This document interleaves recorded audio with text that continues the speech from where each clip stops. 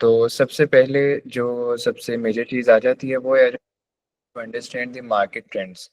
ठीक है, आपको देखना होगा कि मार्केट किस तरफ जा रही है, मार्केट को रीड किस तरीके से करना है, मार्केट की वैल्यू कितनी है। इसके अंदर मेनली जो चीज़ें आ जाती हैं वो मैंने इधर मेंशन की हुई हैं। सबसे पहले आपका टोटल सर्विसेबल मार्केट आ जाती है।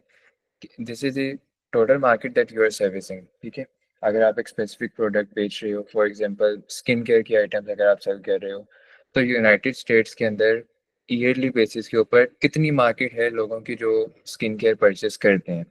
ठीक है, सबसे पहले आपको ये डिटरमिन करना होगा। जब तक आपको ये नहीं पता चलता था कि मार्केट के अंदर टोटल अपॉर्चुनिटी कितनी है, उस वक्त तक उस मार्केट के अंदर एंट्री लेना वर्थ इट नहीं होता। सबसे पहले ये चीज़ आ जाएगी, आपने मार्केट में देखना है कितनी आपके लिए अपॉर्चुनिटी है। और इस मार्केट के अंदर मार्केट एनालाइजेशन के अंदर जो सबसे मेजर चीज़ आ जाती है वो आपका CAGR आ जाता है। ठीक है, कंपाउंड एनुअल ग्रोथ रेट। ये बेसिकली एक सर्टेन परसेंटेज नंबर होता है जो आपको बताता है कि पिछले साल मार्केट इतनी थी और इस साल मार्केट पिछले साल से इतने परसेंट इंक्रीज हुई है। ठीक है, अब ये CAGR अगर आपका हर साल ज़्यादा हो रहा है या इवन कंसिस्टेंट भी है ना, इसका मतलब ये है कि आप उस मार्केट के अंदर एंट्री ले सकते हो। ठीक है, मार्केट ग्रो कर रही है, मार्केट के अंदर अपॉर्चुनिटीज़ आई जा रही हैं, न्यू प्रोडक्ट्स आ रहे हैं, न्यू कस्टमर्स आ रहे हैं, कस्टमर ज़्यादा परचेस करने को तैयार हैं, कस्टमर ज़्यादा पे करने को तैयार हैं। ये चीज़ आपको काफ़ी डिटर्मिनेशन में हेल्प कर जाती है। ठीक है, अब मैं आपको मेजर एग्जांपल्स दिखा देता हूँ। सबसे पहले ग्रोइंग मार्केट्स की मैं आपको दो एग्जांपल्स दिखाता हूँ।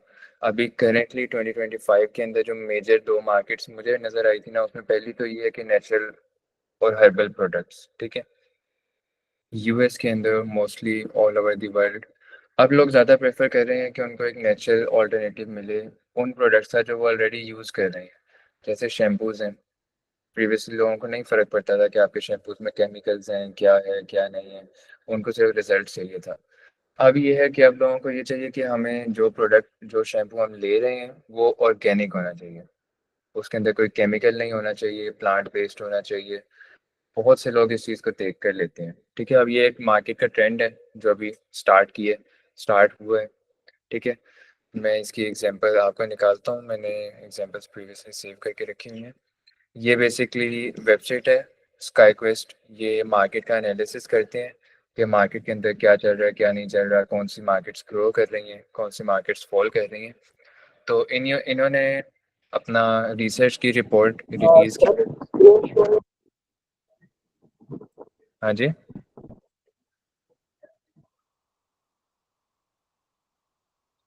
अच्छा,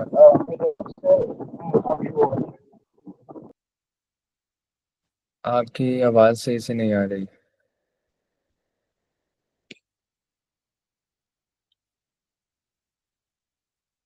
अच्छा, स्क्रीन मेरी भी शो हो रही है ना।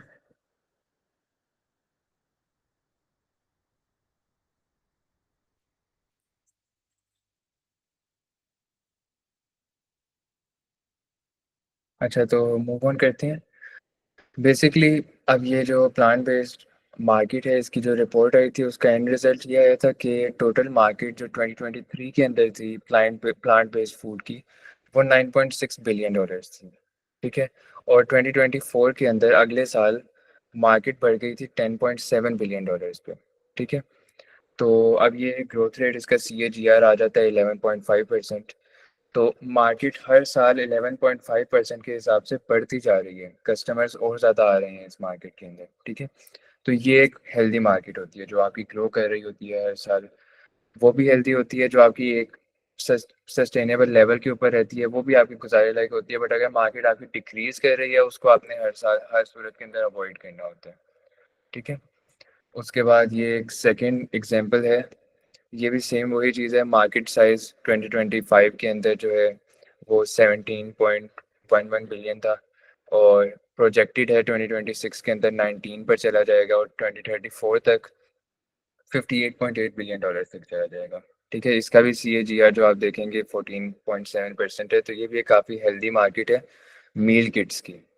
ठीक है, जो नॉर्मल हम खाने पीने की चीज़ें बॉक्सेस के अंदर प्री पैक्ड लेते हैं ना, जो लंचेबल्स काफ़ी ज़्यादा पॉपुलर हो रहे हैं, लंचली काफ़ी पॉपुलर हो रहे हैं, इस तरीके की जो प्रोडक्ट्स हैं ये सारी इस नीश के अंदर आ जाती हैं। नेक्स्टली मैं आपको बताता हूँ एक ऐसी मार्केट जो डिक्रीज़ हो रही है, ठीक है? Soft drinks, Coca Cola, Pepsi, Sprite वगैरह ये जितनी भी सॉफ्ट ड्रिंक्स हैं ना, ये हर साल इंक्रीज़ होने की जगह इसकी मार्केट डिक्रीज़ होती जा रही है, ठीक है? एनुअल ग्रोथ हमने बाकियों का देखा था 10%, 14%, 15%, इसका -0.5% है, ठीक है? ये मार्केट नीचे गिर रही है, मार्केट पीक पर गई थी 1999 के अंदर, उसके बाद इसमें डंप आता गया, नीचे आ रही है, स्टेडीली नीचे आ रही है, एकदम से प्लमेट नहीं हुई, बट स्टिल एक डिक्लाइनिंग मार्केट है, तो सॉफ्ट ड्रिंक्स वगैरह को कम्प्लीटली अवॉइड करना चाहिए। और ज़्यादातर लोग इसलिए सॉफ्ट ड्रिंक्स को अवॉइड कर रहे हैं क्योंकि शुगर काफ़ी ज़्यादा होती है, अनहेल्दी काफ़ी ज़्यादा होती है, तो वही जो हमारा प्रीवियस टॉपिक था कि लोग हेल्थ की तरफ ज़्यादा जा रहे हैं, उसकी वजह से जो अनहेल्दी चीज़ें हैं ना, वो आपकी ऑटोमेटिकली डिक्लाइनिंग के ऊपर जाती रहेंगी, ठीक है? अब मैं नेक्स्ट टॉपिक आपको बताता हूँ, ये मैंने कुछ वेबसाइट सेव की थी, ये मैं एक बार ग्रुप के अंदर भी शेयर कर दूँगा। बेसिकली इन वेबसाइट्स पर आप जाकर ना हर मार्केट का एनालिसिस कर सकते हो, जिस भी मार्केट के अंदर आपने जाना है, इन वेबसाइट्स के ऊपर हर तरीके का डाटा होता है। ये मैं आपको एक रैंडम वेबसाइट निकाल कर दिखा देता हूँ। अब ये वेबसाइट है स्टैटिस्टिका। ये बेसिकली स्टैट्स वगैरह और फोरकास्ट रिपोर्ट्स दिखाते हैं। इधर कुछ भी हम सर्च करते हैं, फॉर एग्जांपल अगर मैं फ्रोज़न फ्रूट्स सेल करने का सोच रहा हूँ, ठीक है? मैं फ्रोज़न फ्रूट्स यहाँ पर सर्च करूँगा, जो भी मेरी लोकेशन है, ज़्यादातर इनके पास यूनाइटेड स्टेट्स का ही अच्छा डाटा होता है, तो मैं यूनाइटेड स्टेट्स यहाँ पर सिलेक्ट करूँगा। मेरे पास यहाँ पर इनकी रिपोर्ट्स आ जाएँगी कि जो फ्रोज़न फ्रूट्स हैं, उनकी मार्केट ऊपर जा रही है या नीचे जा रही है, ठीक है? इसका मैंने एक यहाँ पर निकाल के रखा हुआ था। ये फ्रोज़न फ्रूट्स हैं, ठीक है? अब इसका मंथली रेवेन्यू आपके पास आएगा 7.75 बिलियन डॉलर्स का, ठीक है? ये अब जो स्टार्टिंग के अंदर हमने टोटल मार्केट का देखा था, ये वही मार्केट का रेट है, ठीक है? टोटल अभी 2025 में 75 बिलियन डॉलर्स की सेल्स सिर्फ फ्रोजन फ्रूट्स की हो रही है यूएस के अंदर, ठीक है? और हर साल 6.5% के हिसाब से सीएजीआर इंक्रीज होता जा रहा है, ठीक हो गया? अब नेक्स्ट टॉपिक के ऊपर जाते हैं, टारगेट कस्टमर्स, ठीक है? हमने मार्केट तो देख ली कि हमने फ्रोज़न फ्रूट्स के अंदर जाना है, ठीक है? उधर काफ़ी ग्रोथ भी हमें नज़र आ रही है, लोग हेल्दी साइड पर आ रहे हैं, लोग हेल्दी ऑल्टरनेटिव्स ढूँढ रहे हैं। मार्केट हमने ढूँढ ली, अब हमने टारगेट कस्टमर्स अपने डिटरमिन करने हैं। सबसे पहले टारगेट कस्टमर्स में ये आ जाता है कि आपने अपनी डेमोग्राफिक देखनी है और आपने उनके साइकोग्राफिक्स देखने हैं। उनकी एज क्या है, उनका जेंडर क्या है, वैल्यूज़ क्या हैं उनकी, उनके पेन पॉइंट्स क्या हैं, इन चीज़ों के ऊपर आपने काफ़ी ज़्यादा फोकस करना है, ठीक है? फॉर एग्ज़ाम्पल मैं पेन पॉइंट की एक काफ़ी मेजर एग्ज़ाम्पल है, आइसक्रीम जो हैं यूएस के अंदर काफ़ी ज़्यादा बिक रही थी, ठीक है? अब एक ब्रांड थी हेलो टॉप, ये भी मार्केट के अंदर एंट्री लेना चाहती थी। अब अगर ये भी आम तरीके से एक आइसक्रीम को लॉन्च कर देती ना मार्केट के अंदर, मोस्ट प्रोबेबली इतना ज़्यादा कॉम्पिटिशन है कि इनकी ब्रांड चलती ही ना। अब इन्होंने ये किया कि इन्होंने एक पेन पॉइंट देखा कि जो हेल्थ कॉन्शियस लोग हैं, जो वेट लूज़ करना चाहते हैं, जो जिम जाते हैं, वो लोग आइसक्रीम नहीं खा पाते। क्यों? क्योंकि उसके अंदर कैलोरीज़ काफ़ी ज़्यादा होती हैं और वो इतनी कैलोरीज़ नहीं कंज़्यूम करना चाहते। तो इन्होंने क्या किया, इन्होंने एक तो अपने कैलोरीज़ को डिक्रीज़ किया और दूसरा अपना पैकेजिंग के ऊपर सबसे मेजर चीज़ फ्लेवर वगैरह भी उन्होंने नीचे जाकर लिखे। सबसे मेजर चीज़ जो उन्होंने हाइलाइट की है वो यही है कि इनकी 330 कैलोरीज़ हैं सिर्फ़। ताकि कोई भी अगर जिम गोइंग पर्सन अगर आता है मार्केट के अंदर, वो डायरेक्टली इनकी प्रोडक्ट उठाएगा, ठीक है? क्योंकि उनको डायरेक्ट सामने कैलोरीज नज़र आ रही हैं, उनको नहीं पीछे ढूंढनी पड़ेगी कैलोरीज। तो ये इन्होंने एक पेन पॉइंट लिया मार्केट का, ठीक है, कि आइसक्रीम से आपका वेट गेन होता है, और उन्होंने उस पेन पॉइंट को रिमूव कर दिया, ठीक है? उन्होंने एक हेल्दी आइसक्रीम का ऑल्टरनेटिव निकाल दिया। इसी तरीके से आगे मेरे पास ये एग्जांपल भी थी, ये आपकी एज के फैक्टर के अंदर आ जाती है, ठीक है? अब ये फ्रूट लूप्स हैं, ठीक है? ये सीरियल्स हैं सुबह के टाइम जो कंज्यूम करते हैं ये। अब पैकेजिंग जो है ना, ये पैकेजिंग कम्प्लीटली टारगेट की गई है बच्चों की तरफ, ठीक है? इन्होंने किड्स वाले सेक्टर को ज़्यादा टारगेट किया कि सीरियल्स अपने किड्स को सेल करें। इन्होंने अपने पैकेजिंग के ऊपर कुछ मेजर चीज़ें नहीं लिखी, कितने कैलोरीज हैं, क्या है क्या नहीं है। इन्होंने सिर्फ एक कलरफुल और एक जॉयफुल अपनी ब्रांडिंग, एक पैकेजिंग डिज़ाइन की है जो बच्चों को काफ़ी ज़्यादा अपनी तरफ अट्रैक्ट करे, ठीक है? वहीं पर ये एक और सीरियल्स हैं, ठीक है? इन्होंने टारगेट किया है जो मैच्योर लोग हैं, बड़े लोग हैं, हेल्थ कॉन्शियस लोग हैं, उनको टारगेट किया है, ठीक है? इसके अंदर उन्होंने मेजर चीज़ें यही लिखी हैं कि ये ओरिजिनल है, इसमें प्रोटीन कितना है, इसके अंदर विटामिन्स कितने हैं, क्यों? क्योंकि इन्होंने एक मेजर मैच्योर ऑडियंस को टारगेट करना था, ठीक है? ये भी आपकी जो टारगेट ऑडियंस है उसके अंदर काफ़ी मेजर चीज़ आ जाती है। इसी तरह से ये एक और ब्रांड है, ठीक है? बैग्स, जैकेट्स वगैरह बेसिक चीज़ें सेल कर रहे हैं जो इतनी ज़्यादा ब्रांड्स कर रही हैं। बट इन्होंने उन्हीं चीज़ों को क्या किया, उन्होंने सिर्फ़ उन लोगों को टारगेट किया है जो कैंपिंग पर जाते हैं, हाइकिंग पर जाते हैं, ठीक है? प्रोडक्ट सेम है जो बाकी सेल कर रहे हैं, बैकपैक्स, जैकेट्स, ट्राउज़र्स, लेकिन स्पेसिफिकली टारगेट किया इन्होंने उन लोगों को जो हाइकिंग और कैंपिंग के ऊपर जाते हैं, ठीक है? इससे क्या हुआ, जो लोग हाइकिंग कैंपिंग के ऊपर जा रहे हैं ना, उन्होंने इन्हीं से प्रोडक्ट लेनी है। क्यों? क्योंकि उनको ये लगेगा कि ये लोग स्पेसिफिकली इसी चीज़ के अंदर स्पेशलिटी रखते हैं। ठीक हो गया? उसके बाद अगली बहुत मेजर चीज़ आ जाती है कस्टमर पर्सोना बनाना। एक अपना आपने एक आइडियल कस्टमर बनाना है जिसको आप सेल करो प्रोडक्ट, ठीक है? ये बहुत ज़रूरी चीज़ है और ये इन द लॉन्ग रन अगर आप स्टार्टिंग के अंदर ही एक बार सेट कर लेते हो ना, लॉन्ग रन में आपको काफ़ी ज़्यादा हेल्प करती है, ठीक है? फॉर एग्ज़ाम्पल अगर मैं वही जो मैंने प्रीवियसली डिस्कस किया था, अगर मैं फ्रोज़न फ्रूट्स मार्केट के अंदर इंट्रोड्यूस करवा रहा हूँ, ठीक है? मैं अपना कस्टमर पर्सोना बनाऊँगा, सबसे पहले मैं डेमोग्राफिक्स लिखूँगा कि जो मेरा आइडियल कस्टमर है जिसको मैं अपने प्रोडक्ट बेचना चाहता हूँ, वो 28 ईयर्स के अराउंड होगा, एक मेजर सिटी के अंदर रहता होगा, ग्राफिक डिज़ाइनर होगा एक छोटी-सी कंपनी के अंदर, वर्क फ्रॉम होम करता होगा ज़्यादातर, एजुकेशन उसके बाद बैचलर्स की डिग्री होगी, एक अच्छी इनकम उसकी आ रही होगी और हाउस होल्ड के अंदर वो अपने पार्टनर के साथ रह रहा होगा। और साइकोग्राफिक्स के अंदर मैं आ जाऊँगा, उसकी वैल्यूज़ क्या होनी चाहिए, वो हेल्थ कॉन्शियस होना चाहिए, ठीक है? उसको हेल्थ की काफ़ी अपनी टेंशन हो, उसको कन्वीनियंस काफ़ी इम्पोर्टेंट हो, वो ना चाहता हो कि यार मैं पहले फ्रूट पकड़ूँ, फिर मैं उसको काटूँ, फिर मैं उसको कंज़्यूम करूँ, वो कन्वीनियंस चाहे, ठीक है? उसको क्वालिटी काफ़ी ज़्यादा उसको इम्पोर्टेंट हो, उसकी वैल्यू हो, ठीक है? इसी तरह से उसके इंटरेस्ट हो, हाइकिंग पर जाता हो, योगा, वीकेंड ट्रिप्स हों उसकी, फार्मर्स मार्केट वगैरह में, मतलब नेचुरल कंज़म्पशन उसको काफ़ी शौक हो इस चीज़ का, ठीक है? पर्सनैलिटी उसकी काफ़ी ऑर्गेनाइज़्ड हो, काफ़ी प्रोएक्टिव बंदा हो, ठीक है? और इसी तरह से पेन पॉइंट्स में उसके मेंशन करूँगा कि उसको करंटली जो मेरा टारगेट ऑडियंस है, जो मेरा परफेक्ट कस्टमर है, उसको क्या-क्या मसले अभी मार्केट के अंदर फेस करने पड़ रहे हैं। सबसे पहले उसको कोई एक ऐसी ब्रांड ही नहीं मिल रही जिसके अंदर एक जेन्युइनली हेल्दी स्नैक मौजूद हो, ठीक है? हर स्नैक के अंदर ज़्यादातर चीज़ें डाली होती हैं उन्होंने, शुगर काफ़ी ज़्यादा होती है प्रोडक्ट्स के अंदर और काफ़ी आर्टिफिशियल इंग्रेडिएंट्स होते हैं। उनको एक और इश्यू ये है कि वो डायरेक्टली फ्रूट्स भी नहीं लेते क्योंकि वो पेरिशेबल होते हैं, ठीक है? आप अगर फ्रूट्स एक बारी लोगे, आपको विदिन टाइम उसको ख़त्म करना है वरना तो वो ख़राब हो जाएँगे, ठीक है? फ्रोज़न फ्रूट्स में ये है कि वो ख़राब ही नहीं होते, आपके साल-साल, 2-2 साल तक पड़े रहते हैं। उसके बाद ये है कि उसने वर्क करना है, ठीक है? उसने काम पर जाना है, उसके बाद इतना टाइम नहीं है कि वो अपने स्नैक्स वग़ैरह सारे खुद ही बनाए, ठीक है? और उसके बाद सबसे इम्पोर्टेंट चीज़ उसका पेन पॉइंट ये है कि उसको हेल्दी फूड चाहिए है, लेकिन उसको मिल नहीं रहा, ठीक है? उसका बिहेवियर ट्रेट्स हम उसके लिखेंगे, शॉपिंग हैबिट्स उसकी क्या हैं, टेक्नोलॉजिकल उसका यूज़ क्या है, परचेसिंग ट्रिगर्स क्या हैं, वो इन्फ्लुएंसर्स को देखते हैं, हेल्दी प्रोडक्ट का रिव्यू करते हैं, वो खरीद लेते हैं, ठीक है? उसको एक हेल्दी टॉपिंग वगैरह चाहिए सुबह के लिए। ये आपने एक बारी अगर बना ली है ना, अब ये आपके पास सारे पूरे के पूरे आपकी ब्रांडिंग और ब्रांड की लॉन्च के अंदर जो सारा प्रोसीजर होगा ना, उसमें काम आएगा, ठीक है? आपने सारा कुछ भूल जाना है। आपने नहीं देखना कि आपने किसको बेचना है, क्या बेचना है। आपके माइंड में सिर्फ़ 2 चीज़ें होनी चाहिए, ये मेरा प्रोडक्ट है और ये मेरे सामने एक बंदा बैठा हुआ है, ठीक है? 28 साल का बंदा मेरे सामने बैठा हुआ है, उसकी सारी की सारी इन्फॉर्मेशन मुझे पता है। मैंने ये प्रोडक्ट इसको बेचनी है किसी तरीके से, ठीक है? अब आपके पास खुद ही प्रोडक्ट के अंदर बेटरमेंट्स आने लग जाएँगी।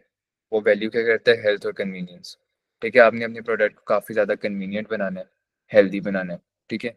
वो वैल्यू क्या करता है? वो सस्टेनेबल ब्रांड से ले। आपने अपनी पैकेजिंग अच्छी करनी है, वो एनवायरमेंटल कॉन्शियस है, आपने अपनी पैकेजिंग इको फ्रेंडली करनी है, ठीक है? आपने उसके पेन पॉइंट्स देखने हैं। ज़्यादातर जितने भी उसको स्नैक्स मिल रहे हैं, वो शुगर और आर्टिफिशियल इंग्रीडिएंट्स के साथ बनते हैं। आपने इन चीज़ों को अपनी प्रोडक्ट से रिमूव कर देना है, ठीक है?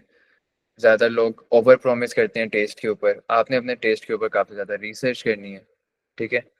इस तरीके से आपने इसकी सारी की सारी स्टडी करनी है, आपने ऐसी प्रोडक्ट बनानी है जो ये बंदा खरीदे, ठीक है? इसके परचेसिंग ट्रिगर्स क्या हैं? ये इन्फ्लुएंसर को जब देखता है रिव्यू करते हुए तो ये परचेस कर लेते हैं, ठीक है? आपने जब एड्स लगाने हैं, आपने इन्फ्लुएंसर मार्केटिंग करनी है, ठीक है? आपने ऐसे इन्फ्लुएंसर्स देखने हैं जो हेल्थ रिलेटेड प्रोडक्ट्स के ऊपर काफ़ी ज़्यादा वीडियोस वगैरह बनाते हैं और आपने उनसे वीडियोस बनवानी है, ठीक है? उनको क्विक स्नैक्स चाहिए जो नॉन पेरिशेबल हो, वो आराम से हाइकिंग ट्रिप्स के ऊपर ले जाएँ, ठीक है? मतलब आपने एक छोटे पाउचेज़ बनानी है जो ये ईज़िली कहीं पर भी ले जाएँ, ठीक है? 5-5 किलो के पाउचेज़ ना हो जो वो घर पड़े रहें, वो आराम से कहीं पर भी लेकर जा सकें, ठीक है? इसी तरीके से आपने कंप्लीट इसकी स्टडी करके इसके हिसाब से ब्रांड बनानी है, ठीक है? अब नेक्स्ट स्टेप पर आ जाते हैं। इसके अंदर मेरे पास आई थिंक टारगेट ऑडियंस के अंदर और कुछ नहीं था। हाँ, आगे आ जाते हैं नेक्स्ट टॉपिक के ऊपर, कंपैरेटर एनालिसिस, ठीक है? अब आपने अपना कंपैरेटर कैसे देखना है? आपने अपनी प्रोडक्ट सिलेक्ट कर ली, आपने अपनी टारगेट ऑडियंस सिलेक्ट कर ली कि मेरी ये ऑडियंस है जिसको मैंने बेचना है। अब आप मार्केट के अंदर प्रोडक्ट लॉन्च करने लगे हैं, ठीक है? आपको ये देखना है आपके कंपैरेटर्स कौन है, वो क्या बेच रहे हैं, कैसा बेच रहे हैं, क्योंकि अगर आप वही चीज़ करोगे जो वो कर रहे हैं तो फिर तो फ़ायदा ही नहीं है कोई, ठीक है? अब बेसिकली कंपैरेटर्स जो है ना आपके 2 टाइप के होते हैं। एक आपके डायरेक्ट कंपैरेटर्स होते हैं और एक आपके इनडायरेक्ट कंपैरेटर्स होते हैं। अब जो मैंने आपको प्रीवियसली प्रोडक्ट बताई थी डिहाइड्रेटेड फ्रूट्स की, अगर आप वो लॉन्च कर रहे हो मार्केट के अंदर, ठीक है? ये एक और ब्रांड है, ये भी कॉपी पेस्ट वही चीज़ सेल कर रही है। ये आपके डायरेक्ट कंपैरेटर्स आ जाएँगे, ठीक है? वहीं पर अगर आप हेल्दी सीरियल सर्च करते हो, ये सारे भी सीरियल्स हैं, ये भी उसी नीश को टारगेट कर रहे हैं, ठीक है? आपका जो टारगेट ऑडियंस में जो कस्टमर आपने बनाया था ना, जिसको सुबह के नाश्ते के अंदर क्रंची और एक हेल्दी टॉपिंग चाहिए अपने नाश्ते के ऊपर, ये भी उसी मार्केट को फैसिलिटेट कर रहे हैं, ठीक है? लेकिन इनकी प्रोडक्ट आपसे बिल्कुल ही डिफरेंट है, ठीक है? ये सीरियल्स वगैरह बेच रहे हैं या बिल्कुल ही एक डिफरेंट तरीके की चीज़ बेच रहे हैं। ये आपके इनडायरेक्ट कंपेटिटर्स आ जाएँगे, ठीक है? आपकी मेन चीज़ ये होनी चाहिए कि जो आपके इनडायरेक्ट कंपेटिटर्स हैं ना, इनसे आपने अपनी प्रोडक्ट को काफ़ी डिफरेंट रखना है, ठीक है? इधर अब आप देखोगे ये सारे सेल कर रहे हैं, बिल्कुल सिंपल से ओट्स वगैरह सेल कर रहे हैं ज़्यादातर लोग। आपने इधर अपने फ्रूट्स को इंट्रोड्यूस करवा देना है, ठीक है? आपने इधर देखोगे ज़्यादातर लोग फ्रोज़न फ्रूट्स को साथ ही इसके डिलीवर कर रहे हो। आपने यहाँ पर एक मार्केट में गैप देख लिया अपने लिए, इनडायरेक्ट मार्केट के अंदर। अब आपने आ जाना है डायरेक्ट मार्केट की तरफ, ठीक है? आपकी प्रोडक्ट तो ये ही है, लेकिन आपने उसको इस तरीके से नहीं बेचना जिस तरीके से ये बेच रहे हैं, ठीक है? इनडायरेक्ट मार्केट के अंदर आपने अपनी प्रोडक्ट के अंदर डिफरेंशिएशन लानी है। डायरेक्ट मार्केट के अंदर आपने अपनी मार्केटिंग के ऊपर और ब्रांडिंग के ऊपर डिफरेंशिएशन लानी है, ठीक है? ये उस प्रोडक्ट को सेल कर रहा है एज़ अ स्नैक, ठीक है? आपने सेम प्रोडक्ट लेनी है, ठीक है? उसको आपने एक डब्बे के अंदर डालना है, एक पाउच के अंदर, ठीक है? और साथ ही उस डब्बे के अंदर आपने थोड़े से ओट्स डाल देने हैं, ठीक है? अब आपने उसको पैकेज करना है एज़ अ हेल्दी ब्रेकफ़ास्ट, ठीक है? आपने एक हेल्दी ब्रेकफ़ास्ट बना लिया, ठीक है? अब वो आप सीरियल्स वाले मार्केट के अंदर उसको लेकर आ रहे हो। इन सारों से आप अलग हो, प्रोडक्ट आपकी इन सारों से अलग है। ब्रांडिंग जो आपकी सेल करने का तरीका है, टारगेट ऑडियंस है, वो आपकी इन सारों से अलग है, ठीक है? तो आपने एक एंटायरली डिफरेंट चीज़ मार्केट के अंदर आप ले आए हो जो पहले कोई भी नहीं बेच रहा और वो चीज़ आपकी बिकेगी, ठीक है? अगर आप वही चीज़ करते हो ना, ज़्यादातर लोग ब्रांड लॉन्च करते हुए ये सोचते हैं कि जो भी ब्रांड अभी डोमिनेट कर रही है ना, हमने उनसे बेटर प्रोडक्ट लॉन्च करनी है। लेकिन ये हर बारी पॉसिबल नहीं होता, ठीक है? अगर आप कोलगेट को देखते हो, वो अपनी टूथपेस्ट सेल कर रहे हैं, ठीक है? वो मार्केट बहुत मेजर तरीके से डोमिनेट कर रहे हैं। आप अगर उनसे कम्पीट करने चले जाते हो कि यार मैं इनसे बेहतर टूथपेस्ट बनाकर लॉन्च करूँगा, वही चीज़ें आप लिखते हो कि मेरे जो टूथपेस्ट है वो भी व्हाइटनिंग करेगी, ठीक है? टीथ व्हाइटनिंग होगी एंड एवरीथिंग। कोई भी नहीं खरीदेगा आपसे। क्यों? क्योंकि उस ब्रांड ने 10 से 20 से 30 साल लगा लिए हैं अपनी ब्रांड की एक रिप्रेजेंटेशन बनाने में, अपनी ब्रांड की एक वैल्यू बनाने में। तो आप एकदम से आकर उनसे कम्पीट कर ही नहीं सकते, कभी भी नहीं कर सकते। ठीक है? उसी तरह से आप इधर ब्रांड्स में आओगे ना, ये ज़्यादातर ब्रांड्स इस तरीके की हैं जो यहाँ पर सालों से बेच रही हैं प्रोडक्ट्स। ठीक है? आप इनसे नहीं कम्पीट कर सकते इन्हीं की चीज़ में। ठीक है? आपने सिर्फ़ ये देखना है कि आपकी जो ऑडियंस है वो करंटली ये ले रही है। ठीक है? और आपने इससे बेटर चीज़ लॉन्च करनी है जो इनसे डिफरेंट हो। ठीक है? तो ये एक बहुत मेजर चीज़ है कंपैरेटर एनालिसिस के अंदर कि आपने बाकियों से डिफरेंट प्रोडक्ट रखने हैं। ठीक हो गया। अब नेक्स्ट एक और मेरे पास इसकी एग्जांपल है। आपके पास यूनिक सेलिंग प्रोपोजिशन होनी चाहिए। ठीक है, if you launching a product, वही चीज़ जो मैंने अभी आपको बताई थी। अगर आप मार्केट के अंदर फॉर एग्जांपल ऑलिव ऑयल के अंदर आप जाते हो, ठीक है, सारों का देखो, हर बंदा ग्लास के कंटेनर के अंदर बेच रहा है ऑलिव ऑयल। ठीक है, अब ऑलिव ऑयल में कितना ही फ़र्क आ जाएगा आपकी क्वालिटी के अंदर। ठीक है, प्रोडक्ट क्वालिटी में तो आप इतनी डिफ्रेंशिएशन ला ही नहीं सकते ना, सबके पास ऑलिव्स हैं, वो उसका ऑयल निकाल रहे हैं, वो उसको बेच रहे हैं। ठीक है, तो ये सारे बंदे किस चीज़ के ऊपर कम्पीट कर रहे हैं? सिर्फ इस चीज़ के ऊपर कि कौन मार्केटिंग के ऊपर ज़्यादा पैसा लगाता है। ठीक है, हर बंदे का आप देखोगे ग्लास की बॉटल्स हैं। ठीक है, वहीं पर ना ये एक ब्रांड आई ग्रेजा। ठीक है, इन्होंने क्या किया, इन्होंने देखा कि यार लोगों को हाई क्वालिटी ऑलिव ऑयल तो चाहिए। ठीक है, लेकिन जो मेरी आवाज़ आ रही है ना सबको? यस। ठीक है, ठीक है। अच्छा, अब उन्होंने क्या देखा कि ये बॉटल्स तो सारे खरीद रहे हैं। ठीक है, लेकिन अब ये ग्लास की बॉटल्स पड़ी रह जाती हैं। लोगों को चाहिए ऑलिव ऑयल। ठीक है, लोगों को ये ग्लास की बॉटल्स नहीं चाहिए। ठीक है, अब आप यहाँ पर अगर देखोगे, ये ग्लास की बोतल के अंदर है $18 का। ठीक है, ये ग्लास की बोतल के अंदर है $21 का। ठीक है, ये $27 का ग्लास की बोतल के अंदर है। वहीं पर ये ब्रांड आई, इन्होंने कहा कि यार हम प्लास्टिक की बोतल यूज़ करेंगे। ठीक है, इन्होंने प्लास्टिक की बोतल ली। ठीक है, स्क्वीजेबल इन्होंने बोतल ली, और जो पैसे इन्होंने लगाने थे ना ग्लास की बोतल के ऊपर, वही पैसे इन्होंने सस्ते कर दिए कंज्यूमर के लिए। ठीक है, 20, 25, 30 डॉलर की बोतल खरीद ऑलिव ऑयल लेने की जगह वही लोग अब सिर्फ $13 का ऑलिव ऑयल ले पा रहे हैं। ठीक है, और क्वालिटी दोनों की सेम है। कंज्यूमर का भी फायदा हो गया, इन्होंने भी अपनी मार्केट के अंदर एक जगह बना ली। ठीक है, सर अगर मेरा ये क्वेश्चन है, चलिए। तो माइक्रो प्लास्टिक कंज्यूमर्स का वो नहीं होगा कि माइक्रो प्लास्टिक भी हो सकते हैं ऑलिव ऑयल के अंदर, क्योंकि हम प्लास्टिक यूज करें। अगर ये glass bottle with the nozzle ऊपर लगा देते तो ज्यादा बेटर ना होता? ज़्यादा बेटर होता, बट इनको ना फिर कॉस्ट वही आ जाती। ठीक है, इन्होंने बेसिकली ये किया कि इनकी जो बॉटल है ना ये ग्रेजा की, ये अंदर से कोटेड है। ठीक है, अंदर से ये प्लास्टिक माइक्रो प्लास्टिक्स उसके अंदर आ ही नहीं सकते हैं।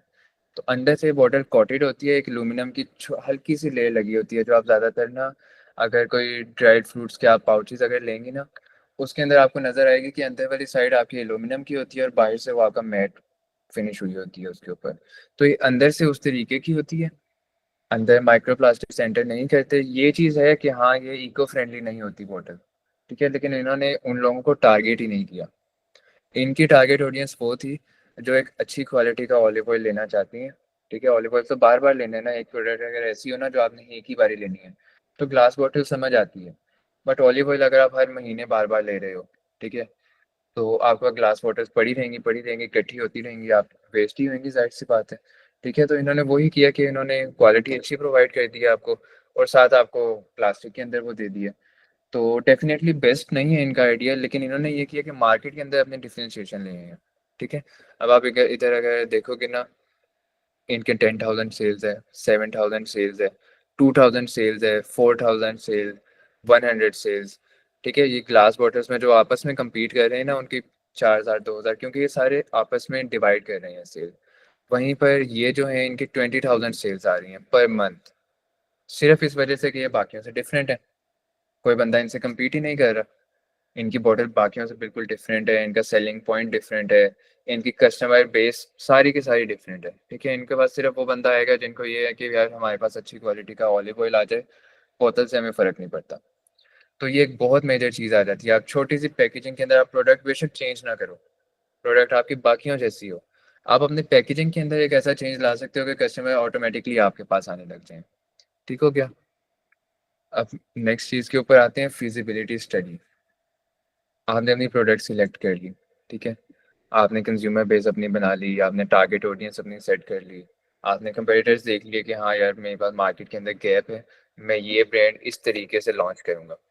अब आपने अपनी फिजिबिलिटी की स्टडी करनी है। ठीक है, ये आपका थर्ड स्टेप आएगा। पहले आपने ऊपर वाले 3 करने हैं, लोग डायरेक्टली फिजिबिलिटी पर चले जाते हैं, बट ये आपका थर्ड ऑलमोस्ट लास्ट स्टेप ये आता होता है कि आपने अपनी फिजिबिलिटी देखनी है। सबसे पहले आपकी फाइनेंशियल फिजिबिलिटी आ जाती है। ठीक है, आपके स्टार्टअप के अंदर कितनी कॉस्ट आएगी, आपके पास उतना बजट है या नहीं है। अब इसके अंदर मेनली जो मेथडोलॉजी मैं यूज़ करता हूँ वो ये है कि आप अलीबाबा के ऊपर जाते हो, ठीक है, आप अपनी प्रोडक्ट के बारे में सर्च करते हो, आपको बहुत ज़्यादा सप्लायर्स यहाँ पे मिल जाएंगे। हर सप्लायर आपको अच्छा रेट नहीं देगा, हर सप्लायर की क्वालिटी भी अच्छी नहीं होगी, ठीक है। तो ये मैंने एक एग्जांपल के लिए आपको यहाँ से दिखा रहा हूँ। ज़्यादातर आपने ये करना है कि आपने हर सप्लायर को चैट नाउ पर जाना है, उससे आपने सारी बात करनी है प्रोडक्ट के बारे में, और उससे आपने एग्जैक्ट शिपिंग का कोट लेना है, ठीक है। ये मैं आपको सिर्फ एज एग्जांपल आपको यहाँ से देने लगा हूँ। तो बेसिकली आप सर्च करोगे, ठीक है, अगर आपको ये माचा पाउडर, अगर आप ग्रीन टी लॉन्च करना चाहते हो मार्केट में, ठीक है, आप इधर आओगे अलीबाबा पर, आपने सर्च किया, आपके पास सप्लायर्स आ गए, आपने चूज़ किया कि मैंने इस सप्लायर से लेना है, ठीक है। अब आपने देखना है ये 200 kg आपको $9 का देगा, ठीक है। अगर आप 200 kg लेते हो आपको $9 का पड़ेगा, तो ये आपका टोटल हो जाता है $1800, ठीक है। $1800 के तो आपका इन्वेंट्री हो गई। उसके बाद शिपिंग इन्होंने बताई हुई है आपको $40 पर 1 किलोग्राम, ठीक है। 40 x 200 $8000 ये बनता है, ठीक है। ये एग्जांपल के तौर पर मैं दिखा रहा हूँ, इन्होंने बहुत ज़्यादा शिपिंग बताई हुई है। ज़्यादातर अगर आप शिप करते हो ना इस प्रोडक्ट को, आपको शिपिंग मैक्सिमम मैक्सिमम जो पड़ेगी वो आपको $3 पड़ेगी पर किलोग्राम, ठीक है। तो 200 kg के लिए हमारी $600 ये हो गया, ठीक है। इसको मैं यहाँ पर राइट कर देता हूँ एक बारी। स्टार्टअप के अंदर इन्वेंट्री जो थी हमारी वो आ गई, उन्होंने हमें कितना बताया हुआ था वहाँ पर, $9 पर केजी के हिसाब से, $9 का हमारा पर यूनिट पर केजी था, ठीक है। हमने 200 kg परचेस किया, तो हमें टोटल इसका खर्चा आ गया 9 x 200 $1800 का, ठीक है। $1800 हमारे पास ये खर्चा आ गया। अगली चीज़ मैंने शिपिंग देखनी है, ठीक है। शिपिंग मुझे पड़ रही है $3 की पर केजी, और मेरा 200 kg टोटल है, तो शिपिंग में मुझे लग गया $600, ठीक है।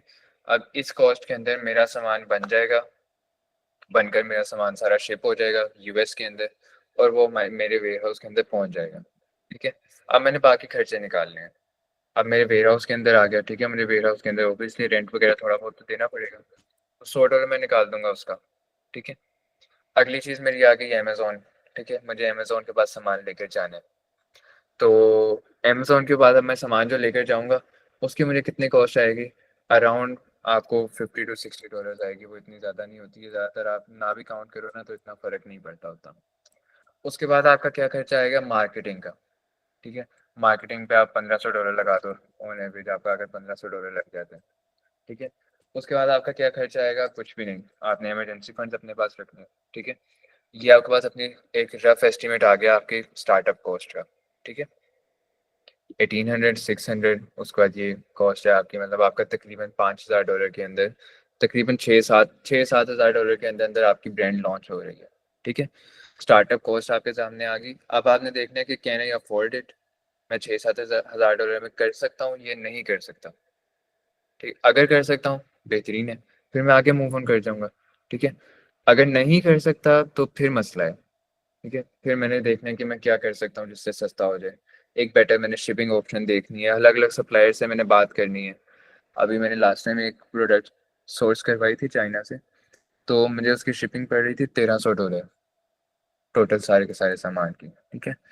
तो ना वो मुझे काफ़ी महंगी लगी। मैंने अब ये किया कि मैंने अलग अलग चाइना के अंदर शिपर से बात की, फ्रेट फॉरवर्डर से, और एंड पे जो मुझे रेट मिला ना वो मुझे $400 मिला, ठीक है। तो 1300 से 400 में इतनी ज़्यादा अपनी प्राइस को डिक्रीज़ कर पाया सिर्फ इसलिए कि मैंने अलीबाबा के ऊपर थोड़ा सा ज़्यादा टाइम लगा दिया, ठीक है। मैं कंटिन्यूसली देखता गया, अलग अलग सप्लायर से बात करी, तो सिर्फ आपको बात करनी पड़ेगी, ठीक है। ज़्यादा से ज़्यादा लोगों से बात करनी पड़ेगी अगर आप इधर ग्रीन टी सर्च करोगे ना।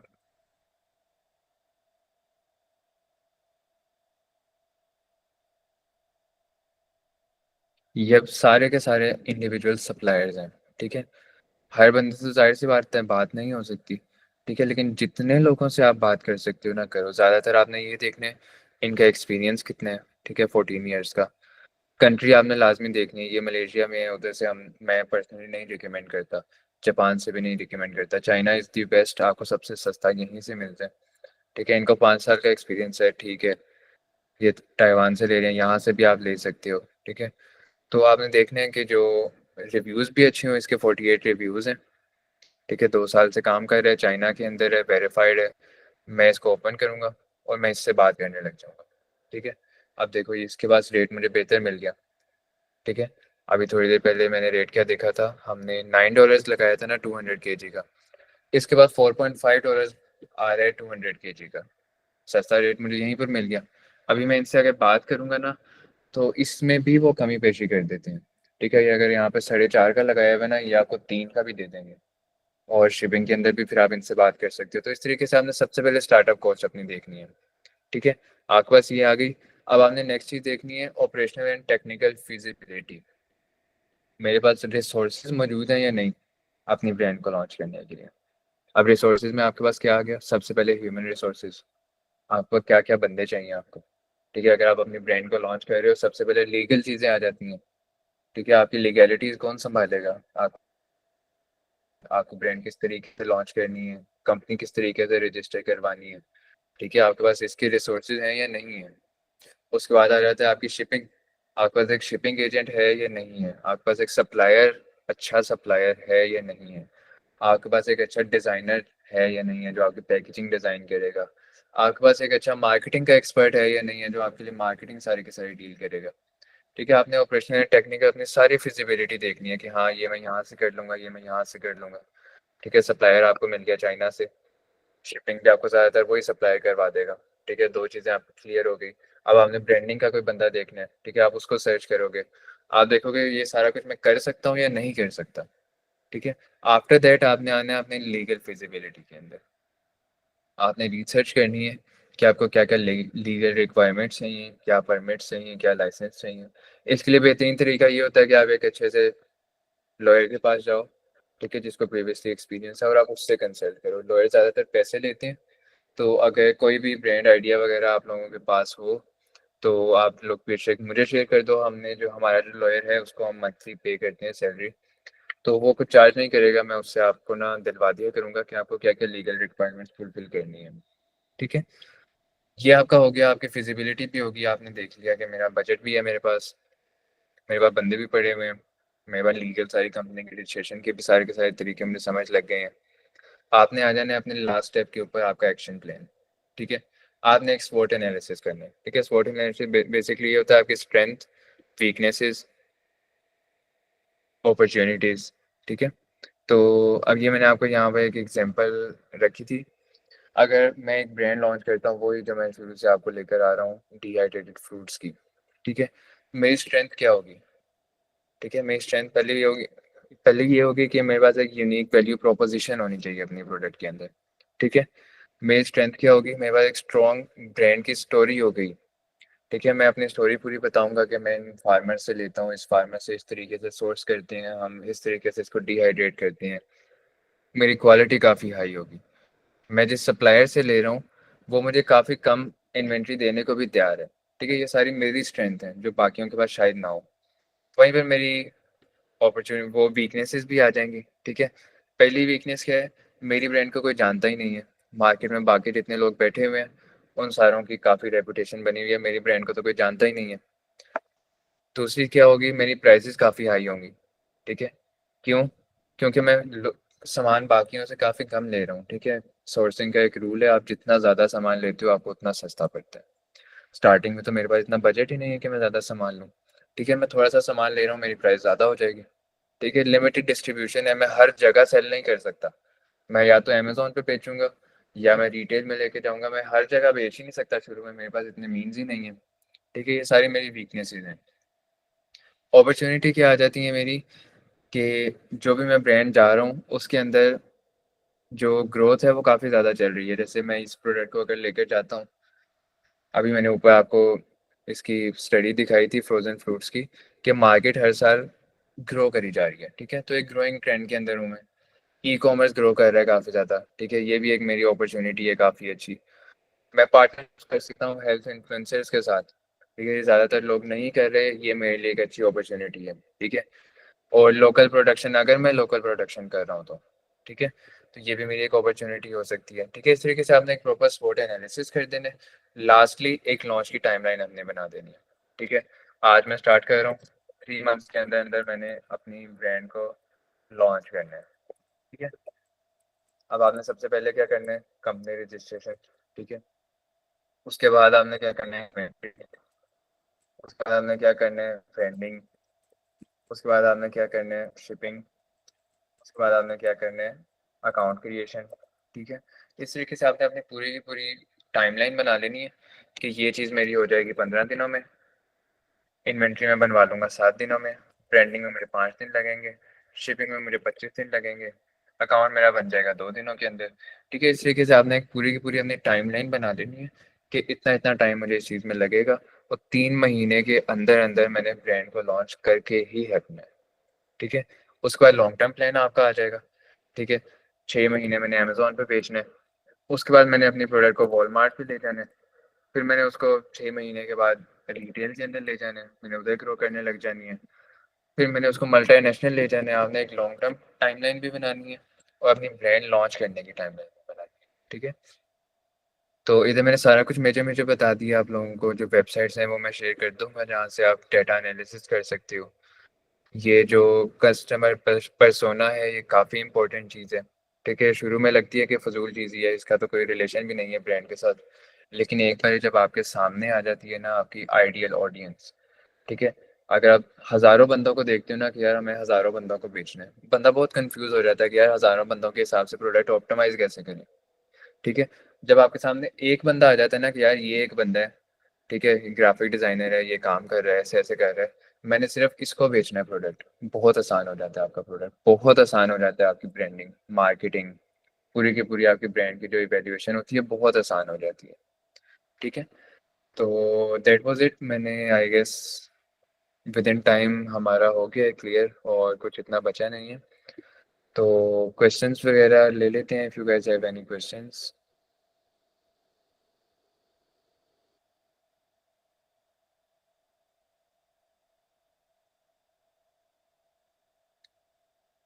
क्वेश्चंस नहीं है कोई? सर चैट में। अच्छा मैं ओपन करता हूँ। ठीक है ठीक है ठीक है ठीक है। But are some red flags while choosing supplier. Basically जब आप सप्लायर को चूज़ कर रहे होते हो ना, मैं आपको ओपन करके दिखाता हूँ। जो एक तो चीज़ मैंने आपको सबसे पहले मेंशन की कि आपने रिव्यूज़ लाजमी देखने हैं। ठीक है। ये मैंने एक सप्लायर निकाला है, इसके अब आप देखोगे ना सिंगुलर रिव्यू है, मैं पर्सनली इससे ना लेता कि सिर्फ एक ही रिव्यू है, लेकिन एक सेकेंड, वेबसाइट लोड नहीं हो रही।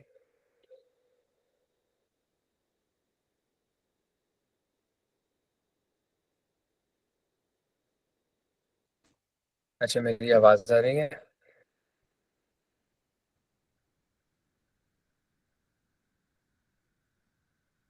यस, यस आपकी आवाज आ रही ठीक है। है। ठीक हो गया। तो सबसे पहली चीज़ ये है कि मैंने रिव्यूज़ देखनी है। ठीक है। इस सप्लायर का कोई भी रिव्यू नहीं है, मैं इससे बिल्कुल भी ना लेता। ठीक है। सेकंड चीज़ मैंने ये देखनी है कि वेरीफाइड का बैज है या नहीं है। ठीक है। ये देखो ये नीचे वाले जो सप्लायर्स हैं ना इनके पास वेरीफाइड का बैज नहीं है। ठीक है। अगर ये आपको सामान नहीं पहुंचाते, कोई मसला मसाइल हो जाते, तो आपको अलीबाबा वाले कंपनसेट नहीं करेंगे। ठीक है। जो वेरीफाइड वाले सप्लायर्स हैं ना, अगर आप इनसे सामान लेते हो, आपका सामान नहीं पहुंचा, कोई मसला हो गया, आधी चीज़ें टूटी हुई हैं, ख़राब आई हैं, अलीबाबा वाले आपको कंप्लीट इंश्योरेंस देते हैं, आपको सारे पैसे वापस आ जाएंगे। ठीक है। नेक्स्ट चीज़ मैं ये देखता हूँ कि अगर खाने की चीज़ें उनके पास सर्टिफिकेशंस हैं या नहीं है। ठीक है। सर्टिफाइड इधर सिर्फ इसी का लिखा हुआ है, बट ज़्यादातर सारों के पास ही होती हैं। आपने इनको कॉल करनी होती है, इनसे पूछना होता है कि क्या क्या आपके पास अवेलेबल है और क्या क्या नहीं है। ठीक है। अगली चीज़ मैंने ये देखनी होती है कि जो मेरा सप्लायर है वो मुझे प्राइस क्या दे रहा है। ठीक है। वो तो काफ़ी बेसिक चीज़ है। इसके बाद मैंने देखना है कि जो पैकेजिंग वो मुझे प्रोवाइड कर रहे हैं वो मुझे प्राइवेट लेबल करके दे रहा है या नहीं दे रहा।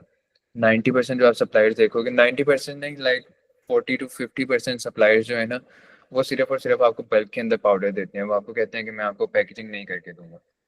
ठीक है। तो वो आपने नहीं लेना, आपने उनको कहना है कि मुझे पैकेजिंग आपकी तरफ से ही चाहिए। और एक मेजर रेड फ्लैग जो मैं आपको बता दूं, बेसिकली शिपिंग जब आप चाइना से करवाते हो ना तो there are two types of shipping. सबसे पहले आपकी डीडीपी आ जाती है। ठीक है। और सेकेंडली आपकी सीआईएफ आ जाती है। ठीक है। टीडीपी के अंदर बेसिकली ये होता है कि आपकी जितनी भी ड्यूटीज़ वगैरह कस्टम्स वगैरह होती हैं ना, वो सारा कुछ आपका सप्लायर डील करता है। ठीक है। सामान आपके एड्रेस पर पहुंचाना उनकी जिम्मेदारी है इसके, ठीक है। एफडीए वाले रोकें, कस्टम वाले रोकें, जो मर्जी जितने मर्जी पैसे मांगे ना, सारी इनकी जिम्मेदारी है। इन्होंने सारा कुछ क्लियर करवा के आपको आपके एड्रेस पे सामान किसी भी सूरत पहुंचा के देना है, ठीक है।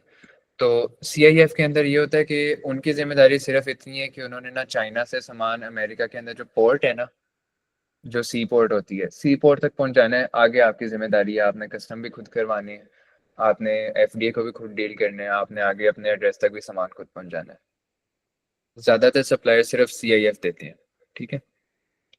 अब वो सिर्फ सीआईएफ इसलिए देते हैं क्योंकि उनके पास जो प्रोडक्ट होती है ना, उसकी जो सर्टिफिकेशंस होती हैं, या तो वो यूएस के अंदर एक्सेप्ट नहीं हो रही होती, या वो काफ़ी ज़्यादा आउटडेटेड होती हैं, और या उनके पास होती ही नहीं है।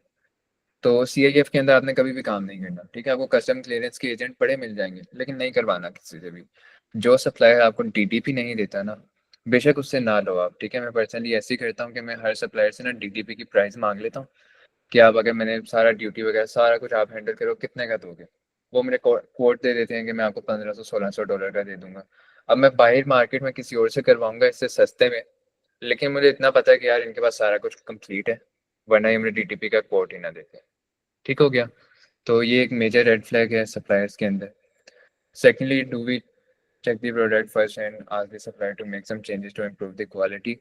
लाजमी चेक करना चाहिए प्रोडक्ट, ठीक है। स्पेशली अगर वो फूड रिलेटेड है तो आपको लाजमी मंगवाना चाहिए। पाकिस्तान के अंदर जितने भी सप्लायर्स हैं ना चाइना में, वो आपको प्रोडक्ट फ्री ऑफ कॉस्ट दे देंगे, ठीक है।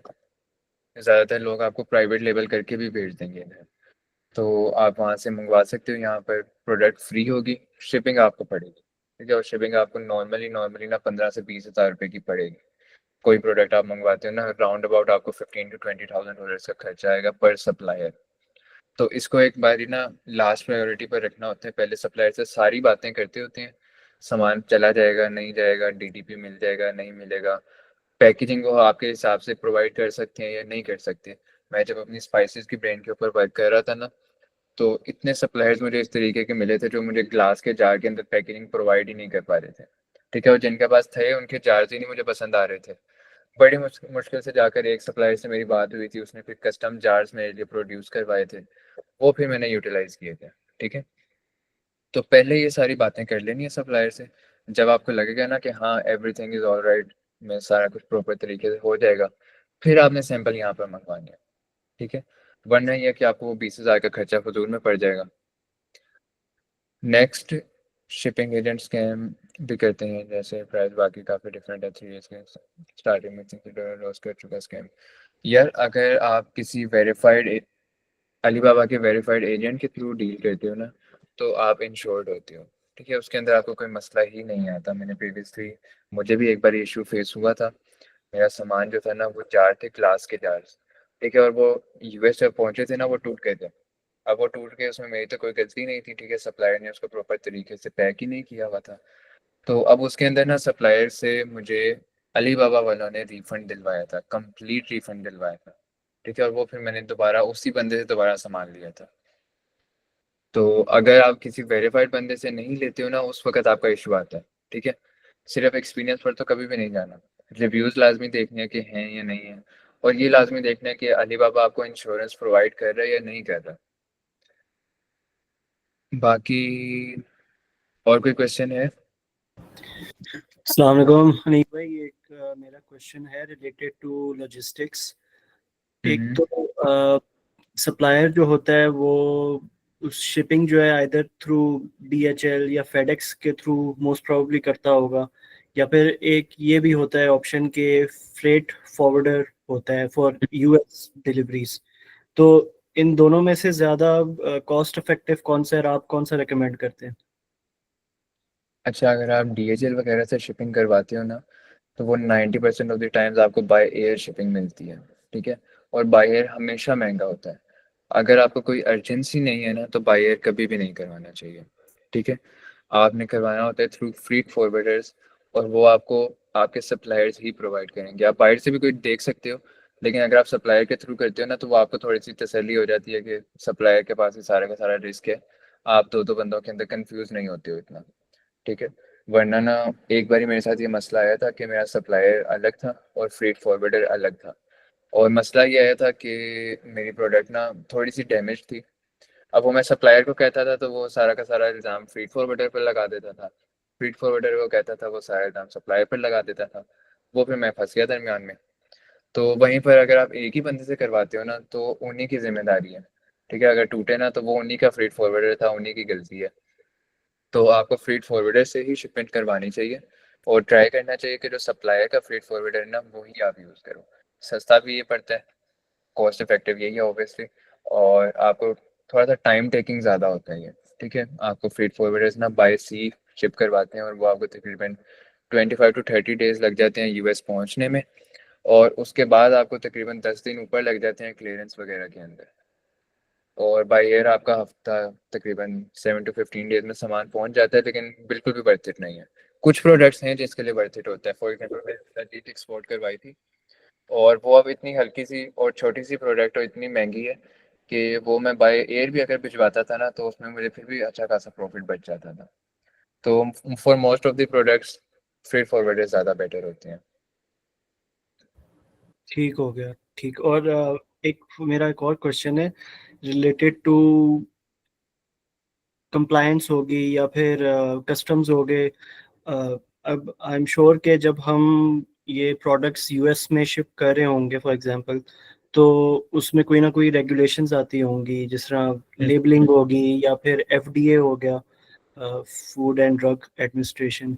तो उसमें क्या प्लान होना चाहिए उसके लिए कि किसी भी किस्म का जो है डिले ना आए या फिर कोई उसमें एक्स्ट्रा फीस ना हमारी आए? अगर आप फूड रिलेटेड प्रोडक्ट एक्सपोर्ट कर रहे हो ना, आपको सबसे ज़्यादा तंग एफडीए वालों ने करना है। बाकी आपको सारा कुछ स्मूथ जाएगा। कस्टम्स वगैरह तो कभी तंग ही नहीं करते, उनको सिर्फ अपने पैसे चाहिए होते हैं। तो एफडीए बहुत तंग करते हैं। तो एफडीए से बचने का सबसे बेसिक तरीका ये होता है कि आप ना प्रोडक्ट मैन्युफैक्चरिंग तो हो गई आपकी, उसमें आप अगर चाइना से मैन्युफैक्चर करवा रहे हो ना, आपके पास तकरीबन सारे सर्टिफिकेशंस पहले से ही मौजूद होंगे।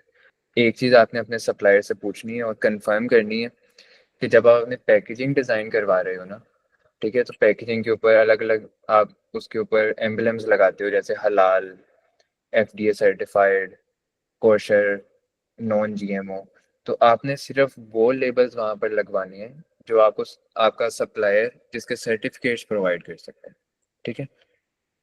दूसरी चीज़ आ जाती है आपकी लेबल रिक्वायरमेंट। पीछे आपका एक न्यूट्रिशनल फैक्ट होता है। ठीक है, वो टेबल आपका एक्यूरेट होना चाहिए। काफ़ी इन्फॉर्मेशन है, जैसे वेट एग्जैक्ट होना चाहिए वहाँ पर। ठीक है, प्रोडक्ट का जो नेम है वो सबसे मेन पर होना चाहिए। एफडीए की ही रिक्वायरमेंट्स हैं। इसके लिए बेहतरीन तरीका ये होता है कि आप एक लॉयर को यूज़ करो जो ऑलरेडी इसके अंदर स्पेशलाइज करता है। तो वो ज़्यादातर फ़ी चार्ज करेंगे। अगर आप कभी लॉन्च करने लगोगे ना, आप मुझे अपनी प्रोडक्ट की इन्फॉर्मेशन या जो जब भी आप लॉन्च करो करने लगोगे ना, आप मुझे बता देना। ठीक है, मैं अपने लॉयर से ना आपको फ्री में ही सारी की सारी डाटा निकलवा दूंगा कि आपको ये चीज़ें रिक्वायर्ड हैं। वो फिर आप सारा फॉरवर्ड कर देना अपने सप्लायर को, वो आपको सारा बना देगा और वो आप यूज़ कर लेना। ठीक ठीक ठीक, चलिए बहुत शुक्रिया। कोई मसला नहीं। अच्छा, इरफान खान। जी अस्सलाम वालेकुम। वालेकुम सलाम। अच्छा अभी एक इशू आया था तकरीबन 6 मंथ पहले ना, वो रिफंड के इशू बन रहे। तो मैंने चाइना से इन्वेंट्री परचेज की थी, उसको हमने 30% पे किया था। ठीक है, कस्टमर के 3 प्रोडक्ट्स डिज़ाइन हमने किए, टोटल इन्वेंट्री तकरीबन $3000 की थी। लेकिन ये कि वो तकरीबन 1 मंथ लेट हो गई। दो एक मंथ को उसने टाइम दिया था, उसके ऊपर इसने 1 मंथ और लगाया, लेट कर दी। तो फिर जो है कस्टमर ने उसमें इंटरेस्टेड नहीं रहा। उसने कहा कि मेरे पास ना अभी पेमेंट वगैरह नहीं है। तो फिर जो है मैंने वहाँ से उनके साथ जो है कांटेक्ट की कि आपने इन्वेंट्री लेट कर दी, अब जो है क्लाइंट को ये नहीं चाहिए। तो उसने जो है कूपन्स हमें दिए कैश जो है $300 कूपन्स 400 दे रहे थे। तो हमने कैश लिए $300। ठीक है, तो अभी भी मतलब 200-300 डॉलर जो है इनके पास रहते हैं। मल्टीपल टाइम जो है मैंने केस ओपन किया लेकिन वो एक्सेप्ट ही नहीं कर रहे। तो अभी इसका कोई हल है या इसको रहने ही दे? 3-4 मंथ से मैं लगा हुआ हूँ लेकिन ये है कि इसमें तकरीबन 6-7 दफ़ा मैंने जो है अप्लाई किया, लेकिन कोई रिजल्ट नहीं आ रहा। यार आप ना इस तरीके से करना कि जो भी आपका सप्लायर है ना, उसकी जो प्रोफाइल है ना अलीबाबा की, वो एक बारी मुझे आप व्हाट्सएप कर देना। ठीक है, मैं एक बारी खुद भी उसको देखता हूँ, मैं टीम को दिखाता हूँ। तो जो उसके बारे में बेहतरीन हो सकता है ना, तो अगर वो वेरीफाइड है कंपनी तो फिर मसला नहीं हो। वेरीफाइड, वो बस वेरीफाइड है, लेकिन जी जी। फिर तो आपको निकल जाएगा वो। आपने अलीबाबा को अपील करनी है, एक बारी मुझे शेयर करना आप। तो मैं ना अपनी टीम को भी एक बारी दिखाता हूँ, उसका कोई सोल्यूशन निकालते हैं इंशाल्लाह। चलिए ठीक है, मैं आपसे शेयर करता हूँ। ठीक। Okay, thank you. Yes. Fiza. जी सर, मेरा क्वेश्चन था कि एक दफ़ा आपने बताया था कि आपने जो है सिंगल प्रोडक्ट नहीं लॉन्च करनी होती, आपने 3 to 4 प्रोडक्ट सेम नीच में लॉन्च करनी होती हैं, तो वो इस बजट में कैसे पॉसिबल होगा? वो इस बजट में इस तरीके से पॉसिबल होगा कि स्टार्टिंग के अंदर ना आप इतनी ज़्यादा इन्वेंट्री नहीं लेंगे। ठीक है, ये जो मैंने आपको ब्रेकडाउन अभी प्रोवाइड किया था ना, ये एक बिल्कुल रफ नंबर्स थे। ठीक है, इसके अंदर मैंने इन्वेंट्री $1800 की डाली हुई है। ठीक है, ये इन्वेंट्री बहुत इजीली आप अराउंड $600 की कर सकते हैं। ठीक है, शिपिंग आपकी उसके ऊपर अराउंड $200 की पड़ेगी। ठीक है, पैकेजिंग आपकी यहाँ पर ऐड होगी। ठीक है, पैकेजिंग आपकी अराउंड 250 की या 200 की आपकी पैकेजिंग आ जाएगी। तो आपकी इन्वेंट्री जो है ना, ये आपकी काफ़ी कम हो जाएगी। और ऑब्वियसली इतनी फिर आपकी एक्सपेंसेस, आपको प्रॉफिट थोड़ा सा कम होगा उसके ऊपर। बट ये है कि आप ना कम बजट के अंदर लॉन्च कर सकोगे इंशाल्लाह। मैं नेक्स्ट सेशन इसी चीज़ पर रखूँगा कि आपने अपना बजट जो है ना वो किस तरीके से एलोकेट करना है। और एक कंप्लीट मैं बजट का ना ब्रेकडाउन नेक्स्ट सेशन में इंशाल्लाह बताऊँगा कि एक विद प्रॉपर आपको एग्जांपल लेकर दूंगा। ठीक है, अलीबाबा से ना मैं कोई सप्लायर वगैरह भी हंट करके रखूँगा, उससे सारे कोटेशन वगैरह रेडी रख के, तो उनके साथ मैं आपको एग्जांपल दूंगा कि इस बजट के अंदर अंदर जो मैंने $6,000 to $7,000 का बताया था, इस बजट के अंदर अंदर इन्वेंट्री भी हो रही है, शिपिंग भी हो रही है, मार्केटिंग का पैसा भी निकल रहा है, ये सर्टिफिकेशन हैं, ये मैंने सप्लायर से मांगे हैं। तो वो इंशाल्लाह नेक्स्ट सेशन में मैं इन डिटेल डिस्कस करूंगा। ये तो सिर्फ एक एग्जांपल थी कि आप इस तरीके से ना अपनी फिजिबिलिटी की स्टडी करोगे। अच्छा, ओके ठीक है। लेकिन सर ये जो है मैंने सुना है पे आउट का मसला होता है शुरू में। अमेज़न शुरू में पे आउट बहुत थोड़ा-सा देता है। तो इस हिसाब से फिर हमें 2 to 3 मंथ्स की इन्वेंट्री शुरू में नहीं चाहिए होती, क्योंकि पे आउट तो मिल नहीं रहा सही तरह। पे आउट ना आपको इतना भी बुरा नहीं मिलता कि आपको 2-2 3-3 महीने की इन्वेंट्री रखनी हो स्टार्टिंग के अंदर, बस क्योंकि आपका अकाउंट न्यू होता है। तो अमेजोन ने इतना पैसा रखना होता है बस पास, जितना उनको एक रफ आइडिया होता है कि आपका इतने ना रिफंड्स आ सकते हैं। ठीक है, तो अमेजोन बहुत ज़्यादा पैसे नहीं सब पास रखता। अगर आपकी $4,000 की सेल हुई है तो ये नहीं है कि अमेजोन आपको उसमें सिर्फ $1,000 देगा। अमेजोन आपको उसमें $3,000 दे देगा, $1,000 अपने पास फॉर सेफ्टी रखेगा। ठीक है, उस सिनेरियो के अंदर ये है कि जो मैंने स्टार्टिंग के अंदर अभी इमरजेंसी फंड्स का बताया था कि $2,000 हमारे इमरजेंसी फंड्स पड़े होंगे, वो हमारे उस वक्त इन्वेंट्री के अंदर यूटिलाइज हो जाएंगे। Okay, thank you so much. Thank you. Yes Maham.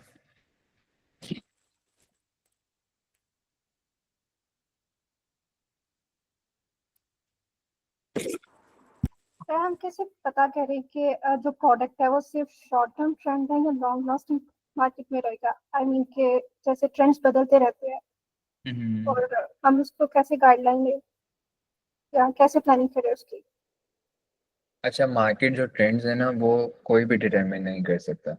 ठीक है, इसके लिए सबसे बेहतरीन तरीका ये होता है कि एक तो हम अपना प्रीवियस डाटा यूज़ करें, जिस तरीके से मैंने अभी आपको दिखाया था मार्केट एनालिसिस वाली साइट पर, कि हम प्रीवियस सालों का डाटा देख रहे थे कि पिछले साल मार्केट कहाँ पर थी, फिर अगले साल कहाँ थी, और आगे प्रोजेक्शन क्या है। ये प्रोजेक्शंस जो है ना, ये बेसिकली कोई भी बंदा रैंडमली नहीं कर रहा होता।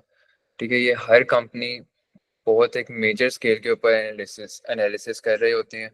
स्पेशली जो मैंने यहाँ पर आपको कुछ गवर्नमेंट वेबसाइट्स यहाँ पर ऐड की थी ना मैंने, ये ऊपर वाली, ये जो गवर्नमेंट वेबसाइट्स है ना, ये काफ़ी डिटेल के अंदर सारी एनालिसिस वगैरह कर रही होती हैं। तो इनका डाटा जो है ना वो काफ़ी एक्यूरेट होते हैं।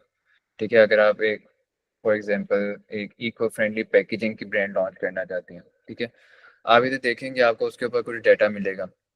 वो डाटा आपको ना काफ़ी हद तक एक एक्यूरेट आइडिया बता देगा कि मार्केट के अंदर आगे क्या होने वाला है। ऑब्वियसली 100% गारंटी आपको कोई भी बंदा नहीं इसकी दे सकता, और इवन ये मेजर कंपनीज भी 100% गारंटी नहीं दे सकती। बेहतरीन तरीका ये होता है कि थोड़े से पिछला देखें, हम करंट बेसिस देखें कि अभी मार्केट में क्या चल रहा है। जिस तरीके से अभी तकरीबन 4 साल से 3 साल से यही ट्रेंड है कि लोग ना हेल्थ कॉन्शियस होते जा रहे हैं। ठीक है, लोगों को शैम्पू भी, लोगों को खाना पीना भी हेल्दी चाहिए। लोग हर प्रोडक्ट अपने घर की जितनी हेल्थ कॉन्शियस कर सकते हैं करना चाह रहे हैं। ठीक है, सॉफ्ट ड्रिंक्स की मैंने अभी आपको एग्जांपल दी थी कि वो अनहेल्दी होती हैं, तो लोग उसको छोड़ रहे हैं। ये छोटे छोटे हमें निशानियां मिल गई। अब हम इससे प्रिडिक्ट कर सकते हैं कि यार अभी आगे 2-4 सालों के अंदर ना ये और ज़्यादा इंक्रीज होता जाएगा। ठीक है, इससे हम ये प्रिडिक्ट कर सकते हैं कि अभी ये यूएस के अंदर ट्रेंड इतना चल रहा है, तो क्योंकि पाकिस्तान में बाकी कंट्रीज के अंदर थोड़ा स्लोली ट्रेंड वो आते हैं, तो बाकी कंट्रीज में भी ये ट्रेंड आएगा, यूके के अंदर भी ये ट्रेंड आएगा। ठीक है, यूके में कुछ हद तक आ चुका है बट यूएस के लेवल तक का नहीं है। तो हो सकता है कि उधर कोई बंदा ये ब्रांड लॉन्च कर दे। तो बेसिकली ये होता है, आपको इन स्टेट्स के ऊपर काफ़ी हद तक डिपेंडेंट रहना होता है। फॉर एग्जांपल अगर हम पोल्यूटेंट फ्री से स्टार्ट करें, अपनी प्रोडक्ट्स पोल्यूटेंट फ्री रखें, तो वो इस मार्केट में, आई मीन पाकिस्तान की मार्केट में चलेगी नहीं। पाकिस्तान के मार्केट के अंदर करेंटली हेल्थ कॉन्शियस लोग इतने ज़्यादा नहीं हैं। ठीक है, काफ़ी अच्छी मेजोरिटी है। जलालसंस नाम का एक पाकिस्तान के अंदर रिटेल चेन है, शायद आपने सुना हो उसका नाम। जी जी। तो उन्होंने काफ़ी इसके ऊपर एक्सपेरिमेंटेशन किया। उन्होंने ना काफ़ी हलाल, काफ़ी मतलब हलाल तो सारे ही होते हैं, कोशर और ग्लूटेन फ्री प्रोडक्ट्स वगैरह लॉन्च करके देखे हैं। तो डेफिनेटली पॉसिबल है, बट पाकिस्तान के अंदर ना ये ट्रेंड आने में अभी थोड़ा सा टाइम लगेगा। ठीक है, हम लोगों को आदत ही नहीं है हेल्थ कॉन्शियस रहने की, हेल्दी खाने खाने की, तो थोड़ा सा टाइम लगेगा इधर इस चीज़ को डेवलप होने में, as compare to United States. उधर लोगों को काफ़ी ज़्यादा हेल्थ की ना अपनी फ़िक्र है। मुझे ठीक हो गया? अच्छा, तो और किसी को कोई क्वेश्चन है?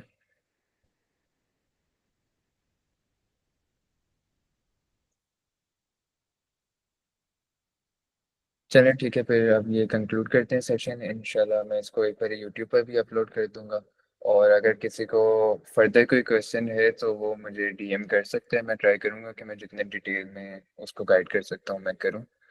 तो इंशाल्लाह सेशन में होती है बात।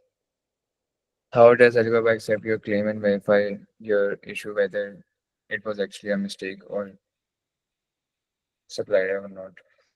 बेसिकली अलीबाबा जो है ना, वो आपसे कुछ प्रूफ्स वगैरह मांगते हैं। ठीक है, फॉर एग्जांपल जब मेरा सामान सारा टूटा था ना, तो वो ये हुआ था कि जो हमारा वेयर हाउस है ना, वहाँ पर जैसे ही सामान पहुँचा था, तो वो बॉक्सेस को आपको देख के ही हालात पता चल जाता है कि अंदर सामान का क्या हाल हुआ होगा। ठीक है, तो वो आप उसको रिकॉर्ड करते हो। ठीक है, आप उसकी रिकॉर्डिंग पूरी बनाते हो ओपन करते हुए की। ज़्यादातर आप किसी भी वेयर हाउसिंग कंपनी से यूएस के अंदर बात करोगे ना, तो जब भी आपका सामान आता है वो सारा रिकॉर्ड करते हैं, क्योंकि उन्होंने आपको भेजना ही भेजना होता है। ठीक है, अलीबाबा को भेजें ना भेजें, आपको उन्होंने भेजना होता है कि आपका सामान आ गया, ये हम उसकी ओपनिंग कर रहे हैं, इतने पीसेज उसके अंदर से निकले, ताकि वो अपने एंड से क्लियर हो कि हमने कोई सामान नहीं उठाया।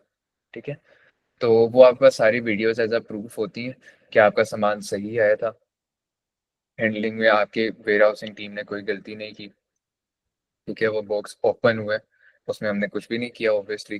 ठीक है, और अंदर से सारा सामान टूटा हुआ निकला है। वो वीडियो आप शेयर कर देते हो अलीबाबा से, आप उधर क्लेम फाइल करते हो, और वो आपको रिप्लाई करती हैं, और वो फिर सप्लायर से भी ऑब्वियसली कांटेक्ट करते हैं, और उसके बाद फिर वो आपको ना रिफंड दे देते हैं। तो बहुत स्ट्रेट फॉरवर्ड होता है। अगर आपका सामान डैमेज है ना, उसके अंदर तो बहुत बहुत ईजी होता है कि आप क्लेम ले लो। अगर आपका डिले है तो वो फिर मसला थोड़ा सा बनता है, बट वो फिर भी ना आपका इजीली क्लेम हो जाता है।